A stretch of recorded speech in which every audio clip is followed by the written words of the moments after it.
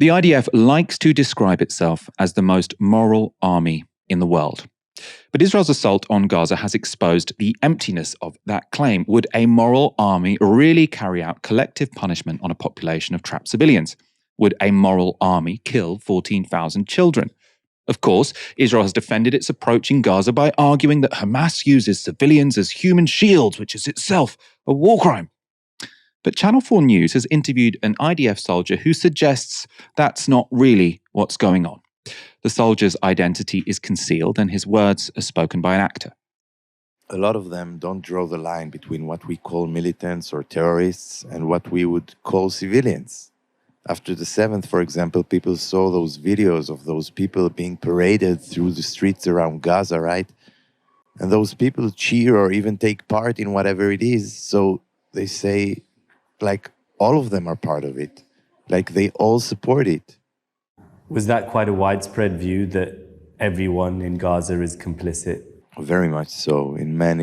For many of the people around me, that was the thing. It came from saying, those are the kids that we spared in the war in 2014, right? Those are the kids that we spared then are now the terrorists that did the 7th, right? It's a bit the implication there being, if you kill a kid now, it's okay. Everyone, yeah. That was, I don't want to say the majority, but it was alarmingly widespread in the people around me talking about this. Now that is a genocidal culture, saying, the people who carried out, a small number of people who carried out this attack on October the 7th, they were the children we should have killed in 2004. Right, so that's saying we should kill Palestinian kids in case in the future they want to fight us. I mean, there's obviously lots of reasons why a Palestinian might want to fight Israel, because they'll have killed their parents, killed their siblings, potentially maimed them, and they will have occupied their land for the past 56 years or 75, depending on what definition you use. Right? So it wouldn't be surprising if a Palestinian child now grows up to want to fight Israelis. But the idea, it would be better if you sort of took away those reasons by giving a solution which creates some sort of justice, stop killing people's families. But 2, you can't preemptively kill children in case they turn out to be your enemies, right? That's the language of genocide. The idea that is what an Israeli soldier is telling us is, that's the culture within the armed forces. And we, as the British and the Americans, are saying, if there were any wrongdoings, we're asking the Israelis for more information. We're assuming they're going to investigate themselves, right? Is that really how you hold a genocidal army to account? Is that really enough that we can be still sending them weapons and arms and providing them diplomatic cover at the UN? Of course, we don't have a clear figure on civilian deaths in Gaza yet, in part because journalists can't go there. But given that over 34,000 people have been killed so far, it's likely to be extremely high. And on this show, we've shown footage of civilians being killed by Israel's military many times, right? We know that tens of thousands of civilians have been killed. So how do Israeli soldiers react when they murder civilians? No one is batting an eye. No one is questioning. It's like, it's a given that if someone is in this area that we are in because everyone was supposed to be evacuated, if someone is there, they are Hamas.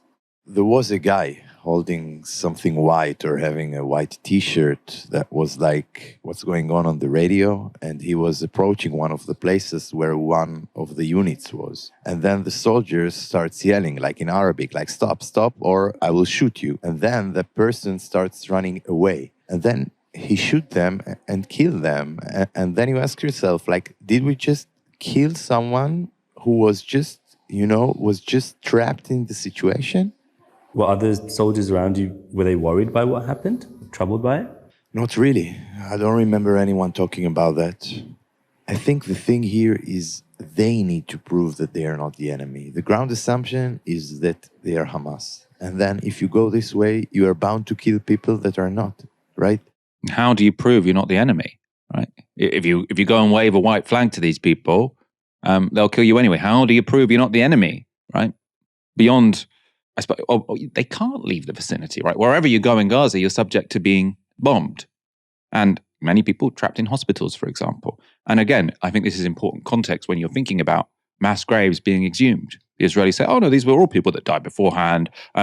Obviously, our soldiers wouldn't have executed anyone and sort of buried them and tried to cover up the evidence. We're not that kind of army. We're a very moral army. No, This is the kind of army that shoots people running away, carrying white flags, and then doesn't have a second thought about it. And when Israel appeared before the International Court of Justice, South Africa argued that statements by Israeli politicians were fueling IDF soldiers' bloodlust in Gaza. And that's something the soldier here appeared to confirm. Were there many soldiers serving around you who were supporters of extremist politicians, Ben-Gvir, Smotrich, figures like that? There are, and sometimes also in a quite higher-up positions. There are people who live in the West Bank, or people that used to live in Gaza and Gush Katif, right?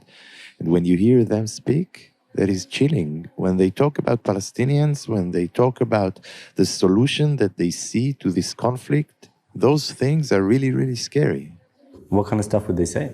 There are no uninvolved, only unarmed. That was a common phrase. Not a common phrase. I heard it from a few people. It became like common in specific circles. That's not just the Ben-Gvirs actually in cabinet. That's sort of what Isaac Herzog, the president of Israel, a Labour politician, right? This is supposedly someone who's on the moderate end of the Israeli spectrum. He was very much the guy who was saying no one is innocent, right? Everyone is implicated to some degree in Gaza, and therefore anyone who dies is pretty much their fault. That's why, by the way, the International Court of Justice were very, very clear that using genocidal language itself is an action that falls within the Genocide Convention, because what you're doing is normalizing genocidal acts by frontline soldiers. Of course, if you're in a position of political leadership, that is the implications of what you're saying.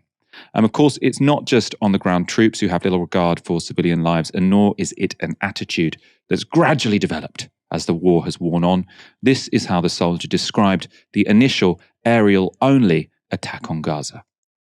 At what stage did you start to have concerns about how the war was being fought? I was serving in a commanding unit of a battalion that was fighting in Gaza. On the first couple of weeks, no one went in, right?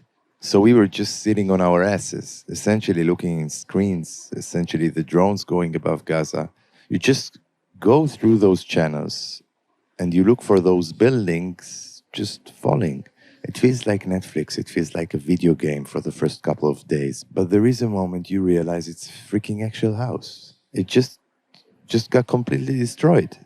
And I don't know, but there probably were some people in there. Maybe there are terrorists, maybe there are not, or Hamas, whatever. But you don't know. And then you start asking yourself, are all of those strikes, airstrikes, necessary? Or are we just having a light hand on the trigger here? And then it starts, and once it starts, it never stops. A really powerful testimony there from a soldier in the IDF. Very brave to come forward, very valuable. I mean, you'd hope that's the kind of evidence that would be heard at the International Court of Justice, and that our government would be paying attention to, instead of just saying, oh, they're a democracy, we can trust everything they say, we've asked them for more information. Helena, how important is it to hear testimony like that from members of the Israeli army who are sort of willing to come forward and say what the culture within the organization is actually like? I mean, there's a large kind of broader movement of ex-IDF soldiers who've come out, given statements, breaking the silence, I believe the group is called, but having these things being openly discussed, especially on like Western news channels. And to be fair, Channel 4 News have done a really good job at being pretty even-handed in a very one-sided media landscape in this country. Having these stories that are directly from people who've been, close up and into the people who are involved in these situations allows us to be able to cut through a lot of the kind of manufactured consent over this issue that comes by only hearing official statements or statements made through politicians or through political entities or spokespeople. It gets you right to the heart of the people who've been there and seen these things happening firsthand. When you hear these things, it should be shocking, right? It should be shocked to hear the statements about the kind of things that happen here, but it's not shocking anymore because this has been clearly happening for years.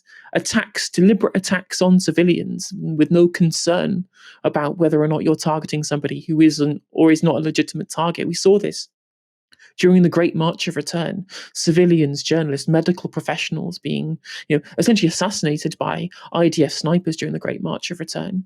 And it comes down to, with regards to this idea that we can allow Israel to do their own investigation, as Oliver Dowden said, into the state of the mass graves. Of course, the fact that they exist in the first place, as you say, is down to the fact that there has been a genocidal war being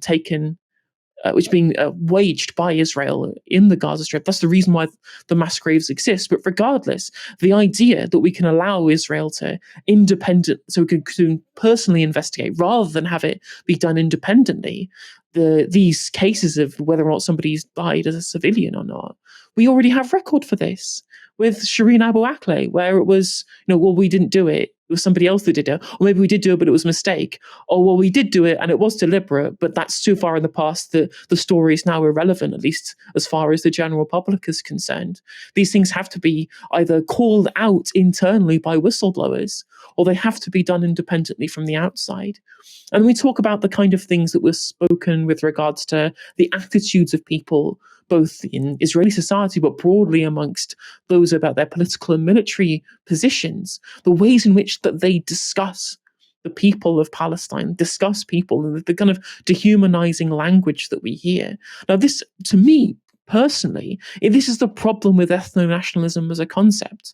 And in fact, when you think about what the kind of military commanders are doing, there's pretty stark comparisons with the kind of things that were happening and the kind of statements that were made by military generals, by people in the Haganah during the Nakba. These kind of ways in which that when you are committed to an ethno-nationalist project, you therefore will disregard so many other concerns that might impede you in engaging in that project. And that's what happened during the Nakba, and is what is happening now. Look at the mass graves, for example, the ways in which the crimes against humanity were committed against the Palestinians during the Nakba.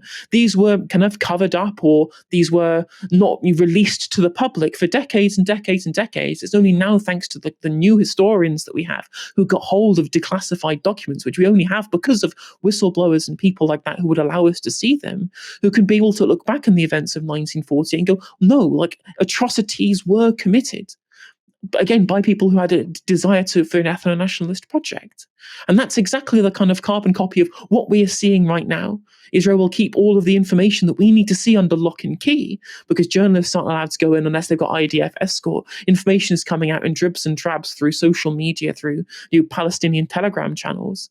And we won't know the full scale of what's been happening both internally within Israel and what's been happening on the ground in Gaza, probably for many, many years to come, because of how difficult that is and how important it is that whistleblowers come out and speak.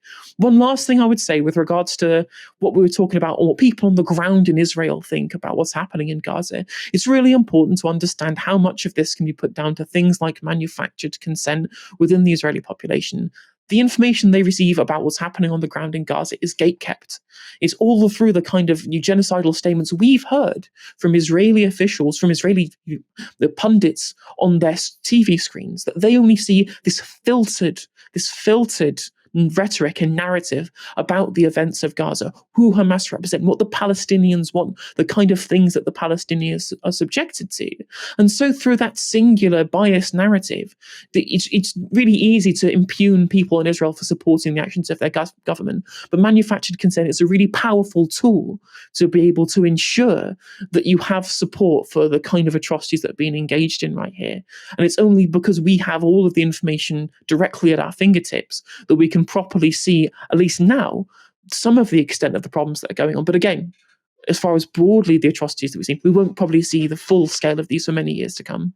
Yeah, I think that's a really important point. And of course, I mean, it's in Israel's interest, and I suppose also in the Britain and America's interest, because they've been supporting this war for that time period, between now and when we find out what's actually been going on, the full details. They want that to be as long as possible, because the further it is in the past, the easier it is to sort of brush over it, which is why these things often get dragged out. And I suppose you could see the continuation of the war on Gaza is, in a way, just dragging out the period between, if